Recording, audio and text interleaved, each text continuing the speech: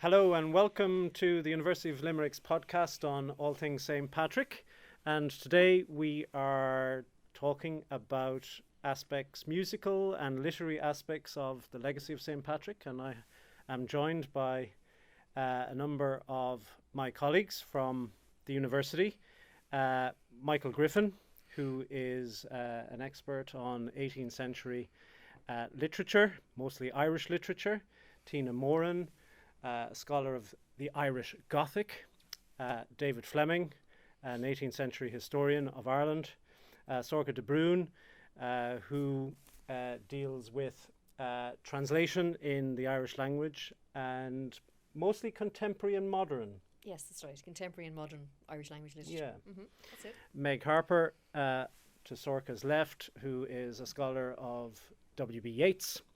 And finally, Aileen Delan, who is an Irish musician and expert on all things Irish music. So we have a wonderful panel, and I'd like to get stuck straight in and ask Sorcha here to my left to give us just a brief idea about who is this guy, St. Patrick? I mean, the historic, the real St. Patrick, and what do we know of him? Well, he's the patron saint of Ireland, as we know, and he's the reason why we're all here today. Happy St. Patrick's Day if you're listening to this on St. Patrick's Day. So he was a native of Britain, and when he was 16 years of age, he was captured, basically kidnapped, and he was taken to Ireland, and he spent a full 6 years in Ireland as a slave, actually. And he describes in his confessio, in his writings, or in the writings that are attributed to him, that he looked after sheep and that, and he spent a long time out in the snow and the rain, and so. And he goes back to Britain after that time as being That's a right. slave. Yes, yeah. And something happens over there. To mix my religious metaphors, his road to Damascus experience. Exactly. He has this dream, this sort of almost like a vision, which is interesting as well, because that kind of ties in with, say, some of the poetry that we see, say, in the Irish language at a much later date. And his vision is to come back to Ireland and to make Ireland Christian. But of course, it had already been Christian. Ireland had already, I suppose, taken root to some extent, but he sort of really got it going. He sort of started it all, really, in a sense. And later on then, he's long dead, his cult emerges in Armagh, and Armagh really dominate. But the prayers associated with St. Patrick is something that has interested you. That's right, yeah. There are actually still quite a few prayers, like to this day, in the Gaeltacht in Irish language speaking areas. And I'll just maybe just give an example of one. So one of the prayers that's associated with Patrick is banking the fire. In other words, putting wood into the fire, turf and that. And here it is here. It's I'll just read a bit maybe in Irish, if that's okay. So, Quigley Montina Shaw Leshni Fiarta for Podrick, the Hangel och Hunlach nor Spuna ein Livedi, Gunina Dian dor Dig, the Vilana Stig, the Villa Smo. Cleave Chris there and Doris Goody Solis and Lay Moirig, and that basically translates as, with the powers that were granted to Patrick, I bank this fire. That's somebody stocking up with their turf and their wood. May the angels keep it in, no enemies scatter it. May God be the roof of our house for all within and all without. Christ's sword on the door till tomorrow's light. And I suppose the significance of that particular prayer is that it actually still is said in the Gaeltacht. That I've heard it myself actually in Corchaghine, the Corchaghine Gaeltacht in Kerry. So it's nice. And growing up for you, what was St. Patrick's Day like? It was just a day off school, to be honest. Let's be totally frank. And it was just a day to dress up and you know, that kind of thing. Wear colourful clothes. And so. Can I turn to Mike Griffin and ask him what was St. Patrick's Day like? Also a day off school. I do remember it had a kind of a Christmassy feel to it, insofar as there was a sort of a tinsely kitsch to St. Patrick's Day with those badges little ribbons that you would buy that were attached to cardboard when you bought them in the shop, with green ribbon and the heart and so on. But they were very fond associations of all of that. And then going out to the parade, I grew up in a town not far from here, Shannontown, which was a growing town at that time, and it was a new town. But I think St. Patrick's Day actually was a crucial part of its galvanizing a sense of identity. It brought people together. It kind of was a very important moment, I think, in the calendar of each. Even though in Ireland everybody is Irish, you know, national identity. Is it important for national identity, do you think, in Ireland? I think it is. It's the one day, really, isn't it? I think it's our July the 4th. It's our independence. We don't have an Independence Day. We don't have an Independence Day per se, so I think this is the day that everybody across the world will associate with Irishness. And of course, Aileen, the first St. Patrick's Day parades were not in Ireland at all. They were in what we now call the United States of America. Apparently the first celebration was in the 1600s in St. Augustine in Florida. A historian uncovered data on that, I think, in 2017. I think most of us think about the parades as coming out of Boston and New York, and certainly that was the case in the 18th century. The first one in Ireland was 1903 in Waterford. The first one in Dublin was 1931. So it's actually an import in some ways. And the idea of parading, and now that we have this interchange between different parts of the world and dance troupes from different parts of the world presenting, that's where we're at now. And getting back to Mike's point actually about identity, if you think about Ireland in the past 20 years, with our very our shifting demographic, and we have people from all over the world living here now. It's actually in these parades where local Chamber of Commerce or local ethnic groups come together and say, we're here and we're part of this as well. So it's a really, really taken on a unifying momentum in a way that it possibly hasn't in the older places like the United States. Indeed. I suppose before St. Patrick's Day became an official holiday, which was, I think, only from 1903 or thereabouts, it was a religious holiday. It had been a religious holiday since the 17th century. But there was often drinking associated with it. Patrick's pot was the 18th century phrase. And you'd get money. If you were a labourer or a worker, you'd get money for your Patrick's pot to celebrate the day. Tina, how did you celebrate the day when you were a young girl in Boston? Yeah, well, I grew up in the Boston area, so New Hampshire.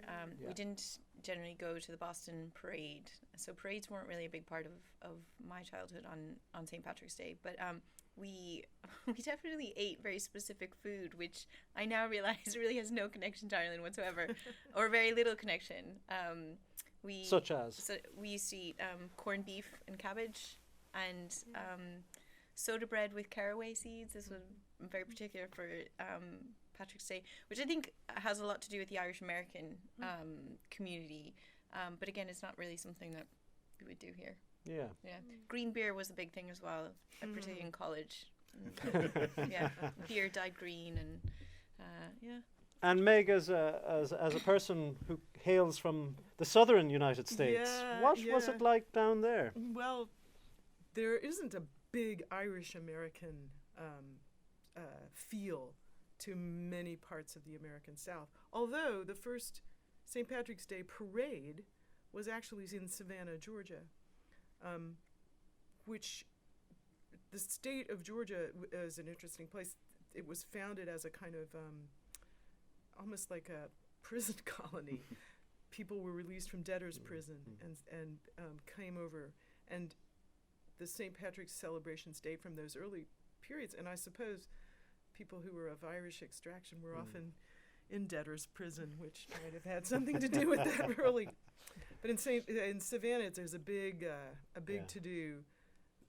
In where I grew up, we didn't have a big to-do at all. Although we didn't have a day off school, but you would go to school, and if you didn't wear something green, people would pinch you at school. Did you do that in Ireland? Did people pinch you? No, we weren't at school on St. Patrick's Day. But you weren't at school, of course. So no pinching allowed. It also allowed. had to be a very particular color green. We were always told Kelly green. Yeah, no, it was any color green for us. Right. But also, we had none of the food business. Right. Partially because I think caraway seeds and corned beef are associated also with Jewish Americanness. And there were very few Jews in the South, just like there were very few Catholics in the South. Yes.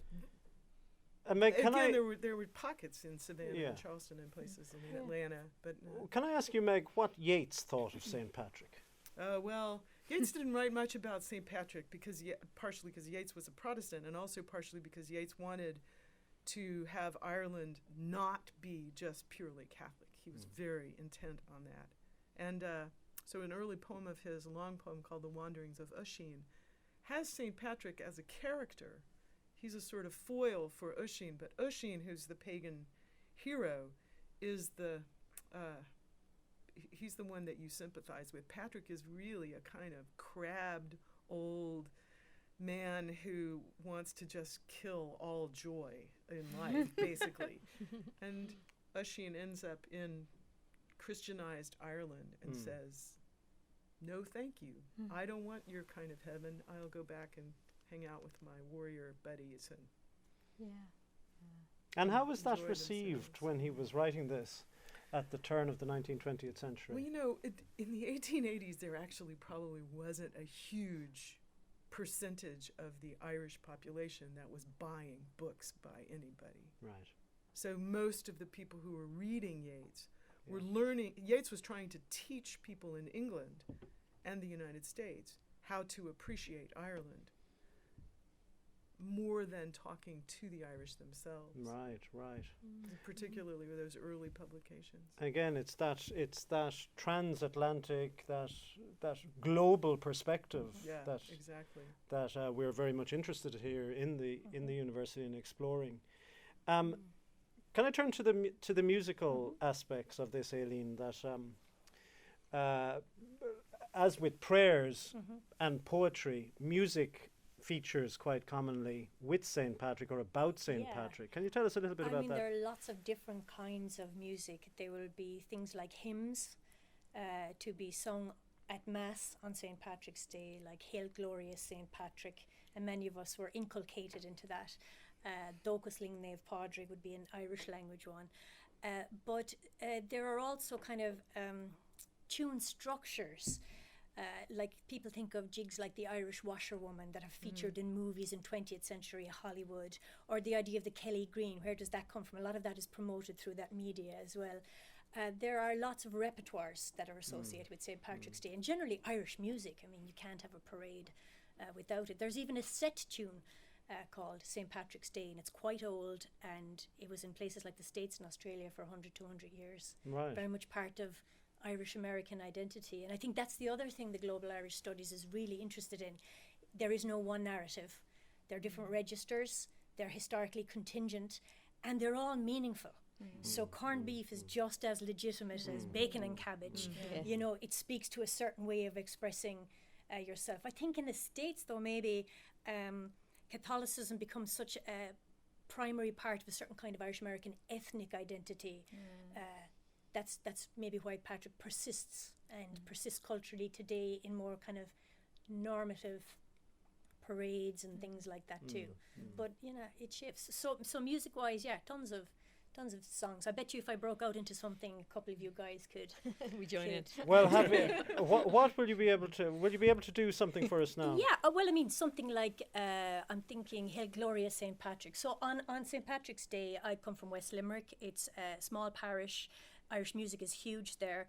There'd be lots of traditional music at the Mass, and we'd all go over and sing in the choir, and this would be one of the songs we'd sing, and then we'd all go out on the back of a truck afterwards and play music for people and set dance. So, Mike, I'm sure, Sarah, you can probably join in as well. I'll try. Just a verse.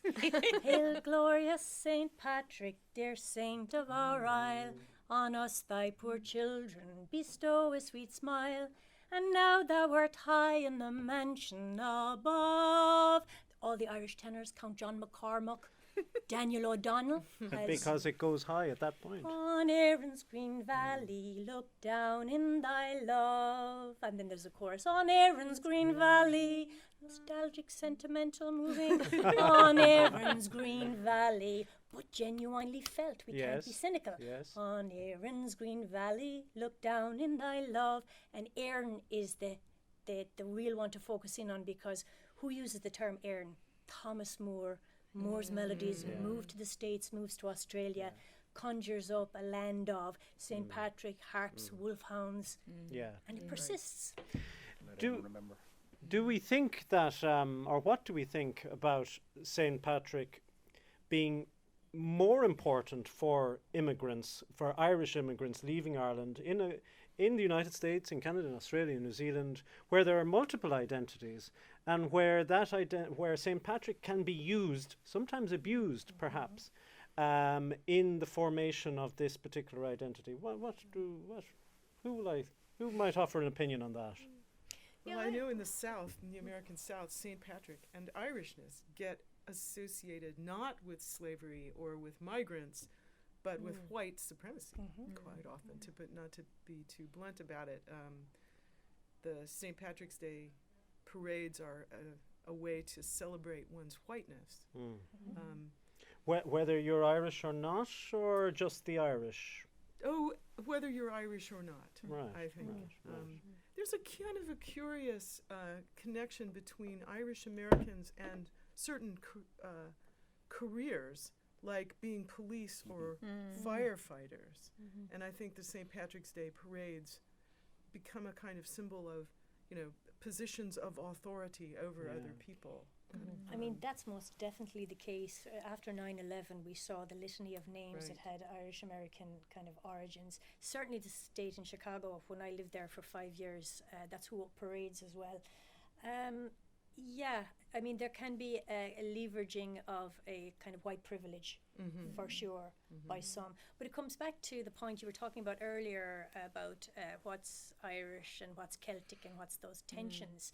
I mean, in the 90s, there was this big kind of expansion of the idea of Celtic identity, and it became a sort of a acceptable white ethnicity that lots of people could participate in. But now it's kind of getting flipped. It's getting flipped and becoming part of, in some cases, Proud Boy movements or, Well, I suppose the strength of the legacy, or the cult, if we want to use that term, of St. Patrick is that it's mutable. It changes over time. In 1806, St. Patrick's Day is promoted by the state, the government of the United Kingdom of Great Britain and Ireland, as a counterpoint to the Orange parades that were being held. And other nationalist commemorations. So because St. Patrick is both a Protestant and a Catholic saint, the government felt that people could be brought together, which echoes what I think we've said at the start in Ireland at the moment, where our new Irish citizens are being integrated or involved in this national celebration. I should say, there are a number of contemporary poets and other writers who have a kind of movement to include St. Bridget as the second national saint, which is another interesting use and new use. Is that because of the Me Too movement? Is it because St. Patrick being male has dominated forever, and that for women, perhaps Bridget needs to be celebrated more than she is? Feel. She's associated with nurturing and with healing. Sorka, does St. Bridget get many prayers said or customs associated in the type of work that you're interested in? I don't really think she does, actually, to be honest. Not to the same extent as she wouldn't get as many references, say, as Patrick. But there is a hymn about Bridget, but again, that wouldn't be kind of commonly sung. But I think perhaps that Bridget is kind of coming into her own. But I do feel that as well, that all along, say in the Gaeltacht areas, that there has always been this interest in many female saints, like say for example Gobnet, and that would have always been quite important. So it's interesting even the difference between, as I say, Gaeltachts and maybe just ordinary, like say English speaking areas. I think there is actually quite a difference there. Is there a little hint still of the pre-Christian Bridget in St. Bridget? Would that be relevant to why there's less of her in the church setting? Yeah, I think so. Possibly, because she was a goddess before she was a saint. Indeed.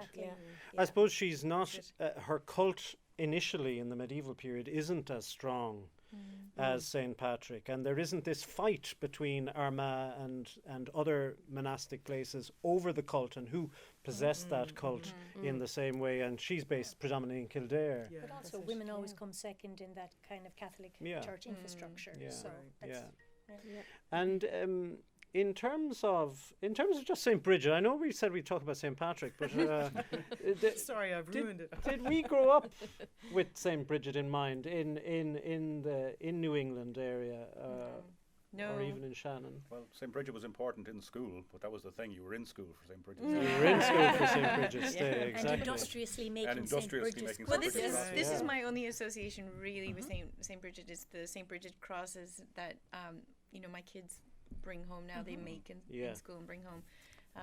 Otherwise, before I came to Ireland, I didn't I had never really heard of St. Bridget, to be Yeah. very honest.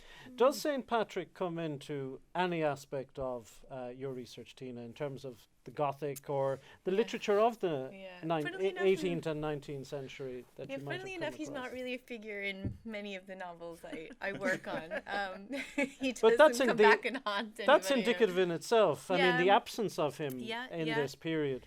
I suppose he is important in the sense that in the 18th century, he is a very malleable figure, and he gets kind of co-opted by both Protestant historians and antiquarians and Catholic antiquarians as this kind of central figure in the development of both churches in Ireland. And he's claimed by both sides as the founder of the real true church in Ireland, either Catholicism if you're a Catholic antiquarian or Protestantism if you're a Protestant one.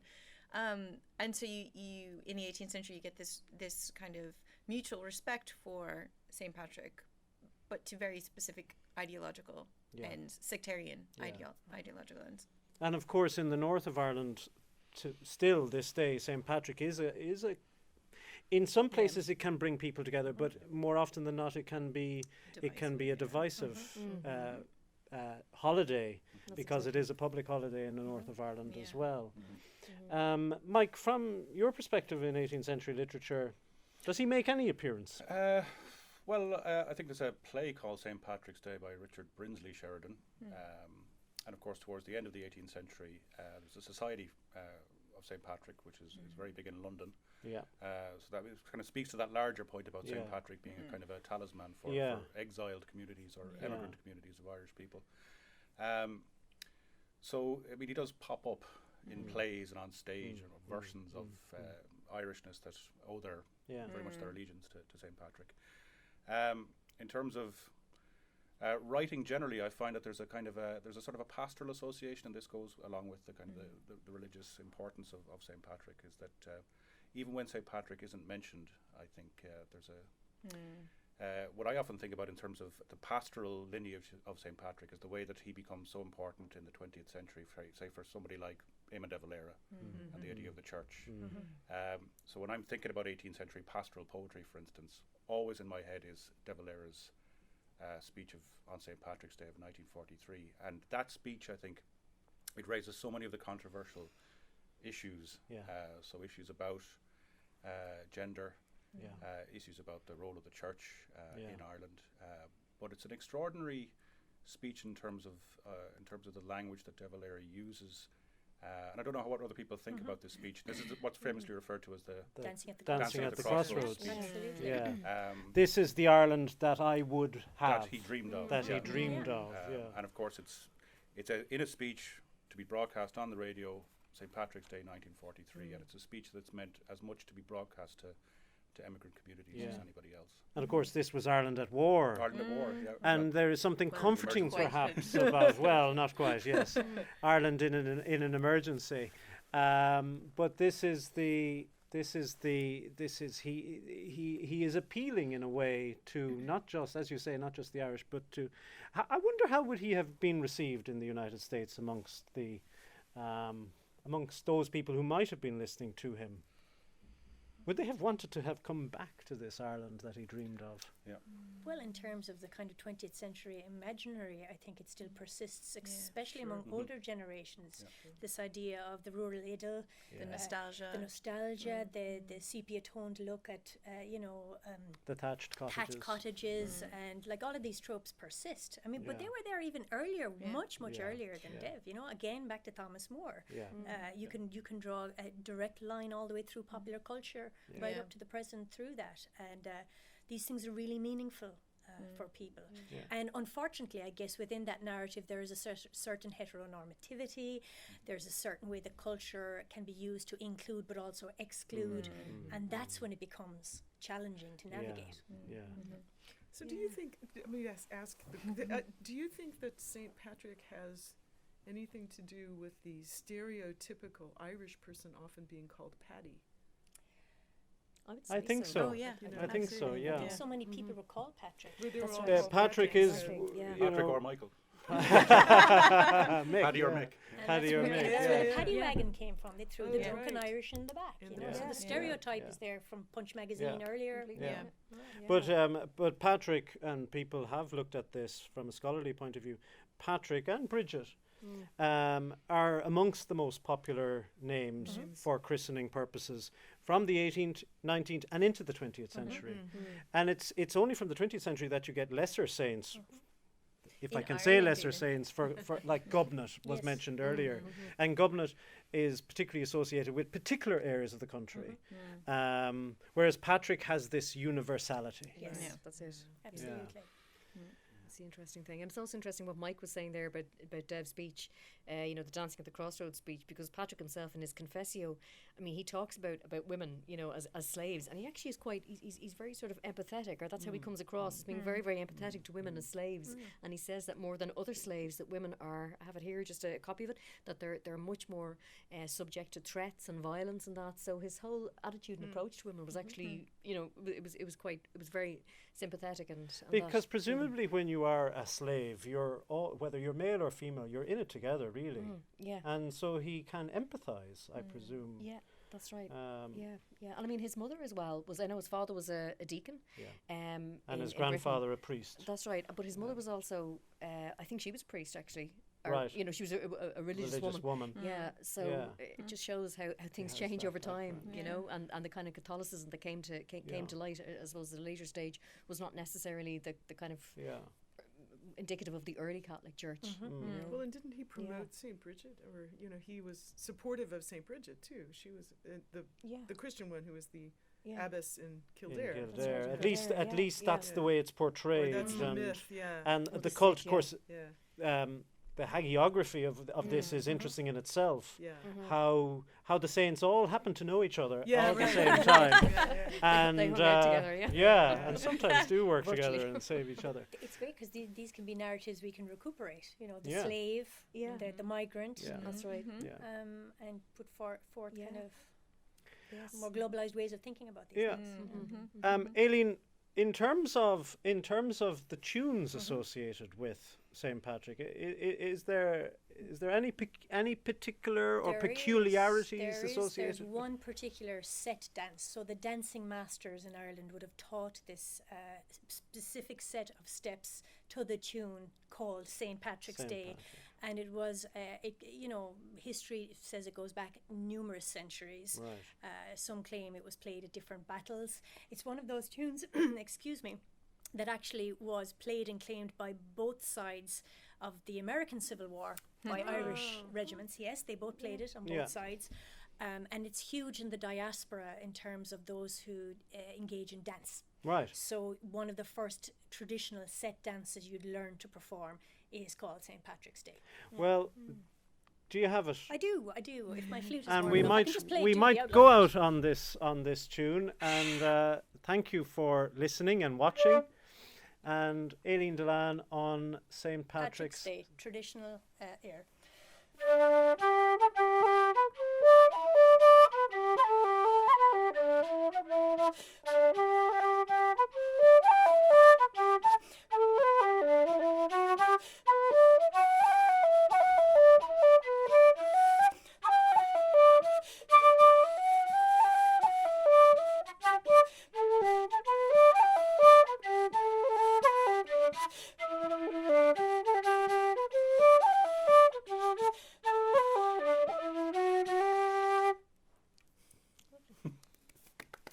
Well done. Good bus. Great. That's great. Good job, you.